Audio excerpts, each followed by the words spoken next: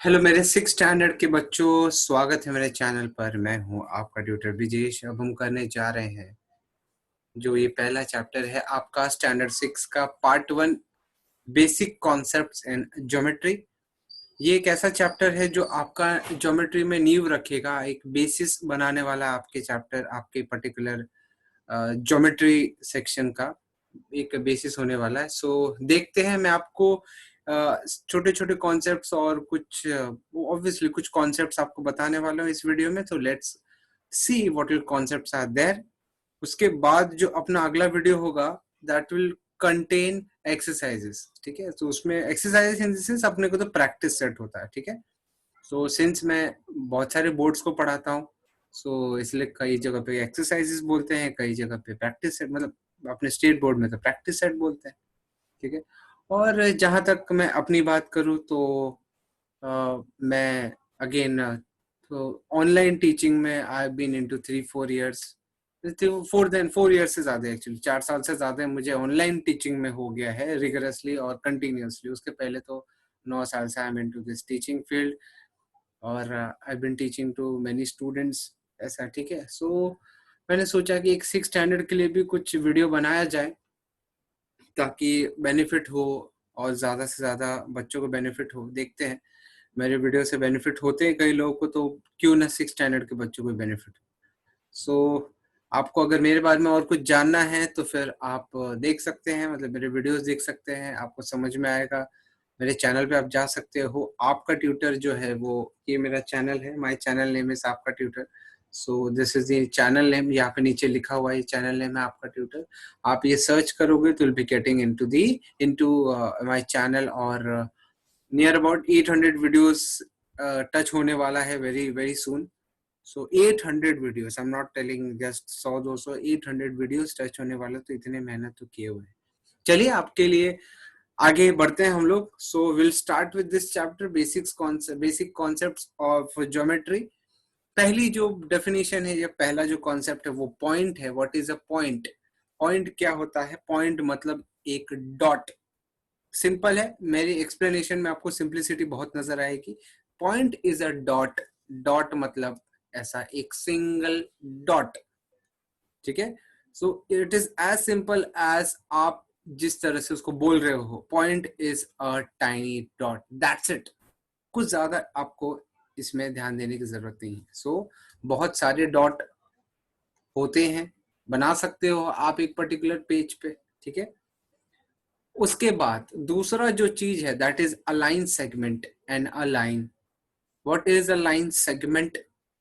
सो अगर दो डॉट को अगर मिलाते हैं हम, if we join two dots, अगर दो डॉट्स को सीधी तरह से, सॉरी ये अगर दो डॉट्स को हम मिलाते हैं, so that will become what, क्या बन जाएगा? वो एक सेगमेंट बन जाएगा।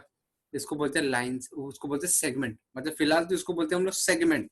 सो दो डॉट को अगर आप जोड़ते हो, that is called as what, उसको क्या बोलते हैं? जरा जोर से बोलना आप और मेरे साथ बोलना, सेगमेंट। ठीक है, सेगमेंट। अब होता क्या है कि ये सेगमेंट को आप एक्सटेंड कर सकते हो। देखो, पॉइंट देखा हमने, उसके बाद this is called as segment. ठीक है, उसके बाद आप इसको लिखते जाओ। ठीक है, आप इसको लिखते जाओ। पॉइंट देखा, सेगमेंट देखा, अब देखने जा रहे हैं हम लोग आगे का चीज। अगर अगर सपोज आप इस सेगमेंट को खींच पाते हो और सफिशिएंटली आगे तक खींचते जा रहे हो, बहुत लंबा खींच रहे हो आप इसको, सो कहीं ना कहीं ये नेवर एंडिंग भी हो सकता है। सी ऐसा कुछ प्रोविजन बन जाए कि इसको हम लोग बहुत आगे तक खींच सकते हैं। सो इसको बोलते हैं हम लोग, क्या बोलते हैं इसको? लाइन सेगमेंट बोलते हैं। मतलब बेसिकली लाइन बन जाता है। ठीक है, ये लाइन बन जाता है। तो क्या बोले, we if we extend the line in both direction till the edge of paper, मतलब बहुत आगे तक खींचते जाएंगे आगे हम लोग, तो फिर दैट विल बी एक लाइन बन जाएगा। सो अगर आपके सेगमेंट को आप सफिशिएंटली आगे तक खींचते हो, सफिशिएंटली आगे तक खींचते हो, सो इसका मतलब ये है कि वो इनफाइनाइट डायरेक्शन, इनफाइनाइटली आगे का स्पेस ले सकता है, कहीं भी जा, मतलब कितना भी जा सकता है। इसलिए हम लोग क्या बनाते हैं? एरो बनाते हैं, एंड इसको फिर नया नाम देते हैं लाइन। ये क्या बन जाता है आपका? लाइन। ठीक है, और उसके साथ अगर ये दो डॉट लग जाए, मतलब दो पॉइंट अगर आ जाए, इसको बोलते हैं line segment. So line segment क्या होता है? A line with two end points, a line with two end points is known as line segment.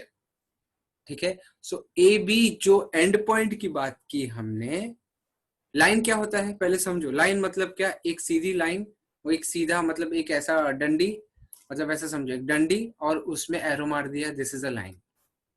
Simple concept, एकदम सिंपल। और अगर उसमें हमने अगर ये बना दिया और इसको नाम दे दिया A B, so A B is called a line segment. This is a line segment, जहां पे एक लाइन है जिस पे दो पॉइंट एंड पॉइंट है, इसलिए बोलते हैं लाइन सेगमेंट। इसीलिए ए और बी को हम लोग क्या बोलते हैं? And points. ए और बी हमारा एंड पॉइंट है। ए और बी को क्या बोलते हैं हम? And point. ठीक है, सो यहाँ पे भी P and Q R and points. ठीक है, समझ में आया आपको? सो एक सीधा सा डंडी और ये ऐसा दो एरो है, तो it is called S line. अच्छा, इसमें एक नया चीज आ जाता है। अगर कोई खाली एक एरो बनाता है, मतलब यहाँ पे एक फिक्स पॉइंट है जिसको बोलते हैं ओरिजिन, इसको बोलते हैं ओरिजिन। अगर यहाँ से हम लोग नेवर एंडिंग लाइन, मतलब सपोज आप अभी लोग बोल रहे हैं कि दोनों तरफ से खींचो एक सेगमेंट को इनफाइनाइटली आगे तक जाए, इसको बोलते हैं लाइन। लेकिन खाली हमने एक जगह की पकड़ के रखा है और वो लाइन ऐसी है, मतलब एक जगह पकड़ के रखा और हम लोग क्या करें, यहाँ से आगे तक खींच रहे हैं उसको। सो बेसिकली एक साइड में it is infinitely moving forward और एक जगह पे उसका फिक्स पॉइंट है, ओरिजिन बोलते हैं। तो ये पर्टिकुलर इसको क्या बोल जाते हैं हम लोग? रे, इट इज कॉल्ड एज रे। ठीक है, सो हमने फिलहाल क्या क्या देखा? पॉइंट देखा, डॉट, सेगमेंट देखा मतलब दो एंड पॉइंट। ठीक है, उसके आगे कोई एरो नहीं होगा। ठीक है, ऐसा कोई एरो नहीं है, it is called as segment. ठीक है, अच्छा, उसके बाद दो एरो, नेवर एंडिंग, जो एक बोलते हैं ना कि लाइन जो जो कभी भी खत्म नहीं होगी, उसको बोलते हैं, जहाँ पे एरो लगा हुआ दोनों साइड, उसको बोलते हैं लाइन। उसके बाद लाइन सेगमेंट, जहाँ पे लाइन हो और उस पे दो एंड पॉइंट्स लगे हुए हो, उसको बोलते हैं लाइन सेगमेंट। रे क्या होता है? एक साइड फिक्स, एक साइड आगे कंटिन्यूअसली मूव हो रहा है, इट इज कॉल्ड रे। ठीक है, रे, एक साइड फिक्स, दूसरी साइड आगे बढ़ते जा रहा है, तो एक ही साइड एरो होगा, ये हो जाएगा रे। ठीक है, समझ में आ रहा है? और क्या होता है मालूम है? रे का ना एक खासियत है कि सपोज आपने एक रे बनाया और इसको पॉइंट ए दिया क्योंकि वो एंड पॉइंट है, और यहाँ पे आपने एक बी पॉइंट मार्क किया। सो ए बी, इसको इसका नाम क्या होता है मालूम है? Ray A B, it is called as ray A B. समझो बात को, आप इसको रे बी ए नहीं बोल सकते, आप इसको रे बी ए नहीं बोल सकते। ध्यान देना, बहुत इंपॉर्टेंट कॉन्सेप्ट है गाइस। आप इसको रे बी ए नहीं बोल सकते। सो बेसिकली जो पहला लेटर होता है वो एंड पॉइंट वाला होता है, और जो दूसरा लेटर होता है वो एरो के पास वाला होता है। समझ में आया? समझ में आ रहा है आपको? जैसे यहाँ पे एक रे है, so it is called as रे पी क्यू एंड नॉट रे क्यू पी। गाइस समझो बात को, ठीक है? तो दिस इज, ये अपना यहाँ तक का चीज हो गया।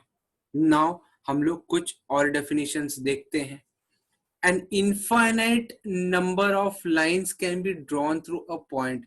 Now ये conceptual discussion हो रहा है। एक पॉइंट से आप कितने सारे लाइन बना सकते हो, जरा मुझे बताना। आप बना के बताओ, ट्राई करो। एक पॉइंट से आप इनफाइनाइट नंबर ऑफ लाइंस बना सकते हो, इनफाइनाइट नंबर ऑफ लाइंस एक पॉइंट से। तो एक पॉइंट लिया और वहां से कितनी सारी लाइन बना सकते हो? इनफाइनाइट। ठीक है, वही इसका कहने का मतलब है। और अगर when two or more lines pass through the same point, they are called concurrent lines। ठीक है, सो अगर यही कंडीशन है अपना कि भाई एक पॉइंट से आप कितनी भी लाइन बना सकते हो, मतलब इनफाइनाइट लाइन बना सकते हो। ठीक है, सो इन सारी लाइंस का नाम है जो कि एक पॉइंट से पास होती हो, इन सारी लाइनों को हम लोग क्या बोलते हैं? Concurrent lines. क्या बोलते हैं? Concurrent lines. ये कॉन्सेप्ट है, समझ में आ रहा है? उसके बाद पॉइंट ऑफ कॉन्करेंस किसको बोलते हैं? इसी पॉइंट को। सो अ पॉइंट इन जहां से इनफाइनेट नंबर ऑफ लाइंस जा सकती है, ठीक है, वो सारी लाइनों को हम बोलते हैं कॉन्करेंट लाइंस।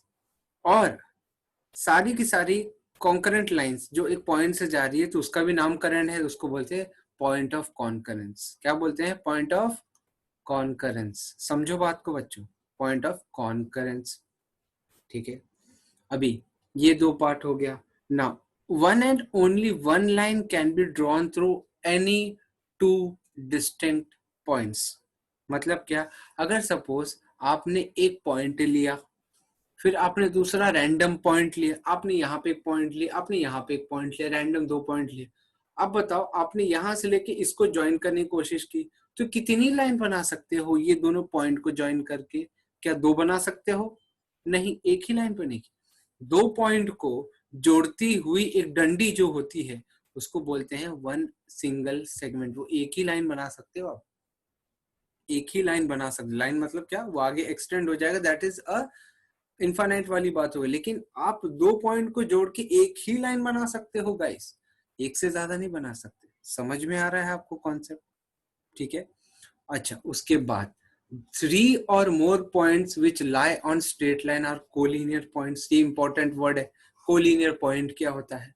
आप एक तीन पॉइंट पकड़ लो, ठीक है, और यहाँ पे मैंने तीन पॉइंट पकड़ा. आप एक डंडी ले लो, एक डंडी को आपने सपोज पकड़ा, एक डंडी है हमारी, ठीक है, और अगर आपका जो तीन पॉइंट है ना, इस डंडी के अंदर ही है, मतलब ये जो डंडी है इसका एक पॉइंट यहाँ पे है, मतलब आपका जो तीन पॉइंट है वो यहाँ पे एक है, एक यहाँ पे, एक यहाँ पे. सो तीनों पॉइंट अगर एक ही सिंगल डंडी पे है और वो सीधी लाइन बनाती है, उसको बोलते हैं collinear points. So three points which form a single straight line are known as collinear points. So अगर मैं बोलूं ये तीन पॉइंट है, इनको अगर मैं ज्वाइन करूं तो ये क्या बना रहे? सिंगल लाइन बना रहे? नहीं, यहाँ से ब्रेक हो गया ना, ब्रेक होके अलग एंगल पे बन रहा है, तो these are not single collinear points. लेकिन अगर मैं इनकी बात करूं, they form a straight line, मतलब एक सीधी लाइन बनाते हो, they are called as collinear point. So तीन पॉइंट अगर सीधी लाइन बनाते हैं स्ट्रेट विदाउट एनी डिस्ट्रैक्शन और डाइवर्जन, कोलिनियर पॉइंट्स. ठीक है. और points which don't form a single line are known as non collinear points.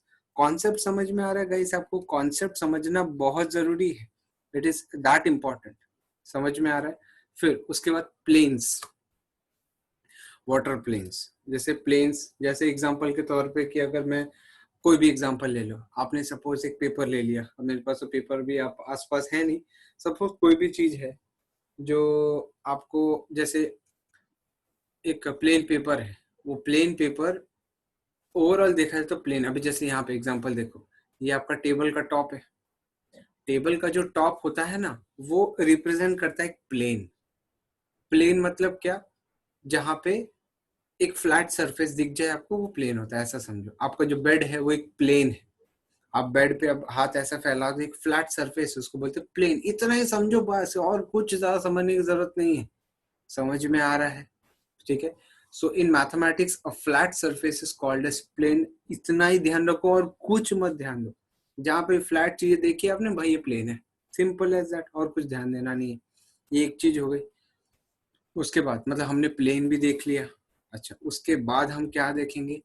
Parallel lines क्या होती है, व्हाट आर पैरेलल लाइंस. सो पहले तो आपको पता है कि लाइन क्या होता है. This is a line, this is a line. अच्छा, वो लाइन अगर दूसरी एक और लाइन है, ठीक है, सो मतलब मैंने दो अलग अलग लाइन ली है, ठीक है, वो लाइन आप विजुअलाइज करो, क्या वो आगे जाके एक दूसरे को जोड़ने वाली? जैसे मैं और एक केस लेता हूँ, ऐसा और ऐसा, ठीक है. अब मुझे बात बताओ, आप लोग सुन रहे हो मेरे, एक बात बताओ, मुझे बताओ इन दोनों में से कौन एक दूसरे को कट करने वाले हैं आगे?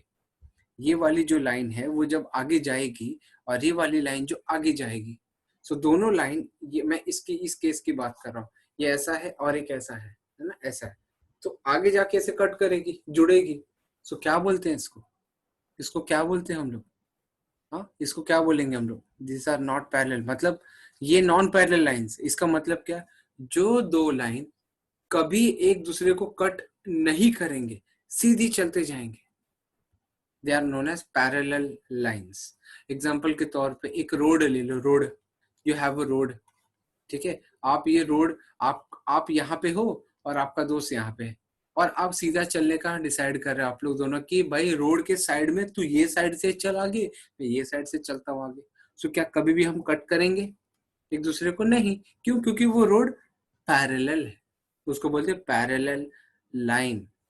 सो जो दो लाइन एक दूसरे को कभी नहीं काटेंगी वो पैरेलल लाइंस होती है।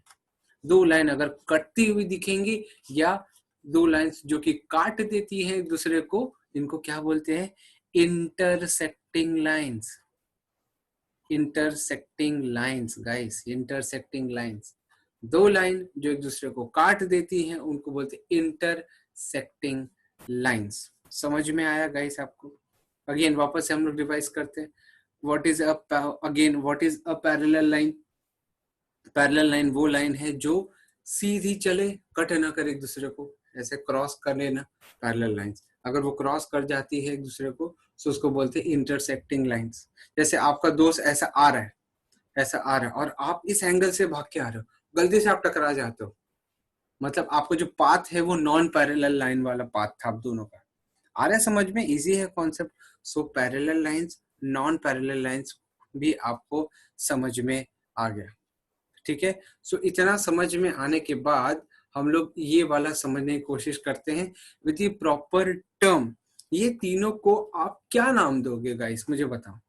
मैं इसको बोलता हूँ ये दोनों एक दूसरे, अभी देखो पहले तो यहाँ पे ना हम लोग बहुत सारे अलग अलग कॉन्सेप्ट डिस्कस करते हैं। ये दोनों पॉइंट, ये दोनों लाइन एक दूसरे को एक पॉइंट पे कट करी तो इसको क्या बोलते हैं? इसको ये कौन सी लाइंस है? इसको बोलते हैं point of concurrence. Point of concurrence बराबर, क्योंकि कॉन्करेंस, कॉन्करेंस, ठीक है, क्योंकि ये दोनों लाइन एक दूसरे को एक पॉइंट पे कट कर रही है। अच्छा, इन दोनों लाइन को हम लोग क्या बोलते हैं? Concurrent lines. कॉन्करेंट लाइंस, ठीक है, कॉन्करेंट लाइंस, ठीक है। अच्छा, ये दोनों, और ये अभी लेटेस्टली हमने जो कॉन्सेप्ट समझा उसके हिसाब से इनको बोलते हैं इंटरसेक्टिंग लाइंस। इनको इंटरसेक्टिंग लाइंस भी बोलते हैं हम, इंटरसेक्टिंग लाइंस। तो ये वाला जो है आपका यहाँ पे पड़ेगा, इसको बोलते हैं, ये दोनों कभी भी एक दूसरे को ज्वाइन नहीं करेंगे, ऐसे कट नहीं करेंगे, तो they are known as parallel lines. Parallel lines, ठीक है। और ये इसका कुछ नाम नहीं होगा, लेकिन इसको हम लोग अपने लैंग्वेज में, अपने अपने दोनों में ये बात रहे इसलिए इसको बोलेंगे future intersecting lines. Future intersecting lines. क्यों? क्यों ऐसा क्यों? क्योंकि भाई ये दोनों एक दूसरे को आगे अगर लेके जाओगे, खींचोगे इसको, तो भाई ये कट करने वाले एक दूसरे को, ये दोनों एक दूसरे को कट करेंगे। आया समझ में? इजी है, ठीक है, इजी है, ये सारे कॉन्सेप्ट थे, ठीक है। सो हमने सारे के सारे जो इम्पोर्टेंट कॉन्सेप्ट है वो इस पर्टिकुलर वीडियो में देखा। अब आप एक काम करो, आप रिवाइज करो सारे के सारे कॉन्सेप्ट को, और फिर लेट अस स्टार्ट। अब अगली बार हम लोग we are starting with the practice set अगले वीडियो में, ठीक है। सो सारे के सारे कॉन्सेप्ट रिवाइज कर लो और फिर आ जाओ और स्टार्ट करते हैं हम लोग प्रैक्टिस सेट, ठीक है। So thanks lot for watching guys. I hope आपने, मैंने आप, और अगले वीडियो में हम लोग थोड़ा सा गो थ्रू भी करेंगे, मतलब एक रफ रिवीजन करेंगे, then will start with our practice set, ठीक है। इतना ही था और कुछ है नहीं, ठीक है। चलो, now thanks lot for watching guys. मिलते हैं अगले वीडियो में जहाँ पे हम प्रैक्टिस सेट करने वाले हैं start. So let's meet in the next video. Till then, take care and do not forget to subscribe this channel, share this video and notification bell दबा के रखना ताकि future videos की notification मिलते रहे। So this is Brijesh. I'm signing off.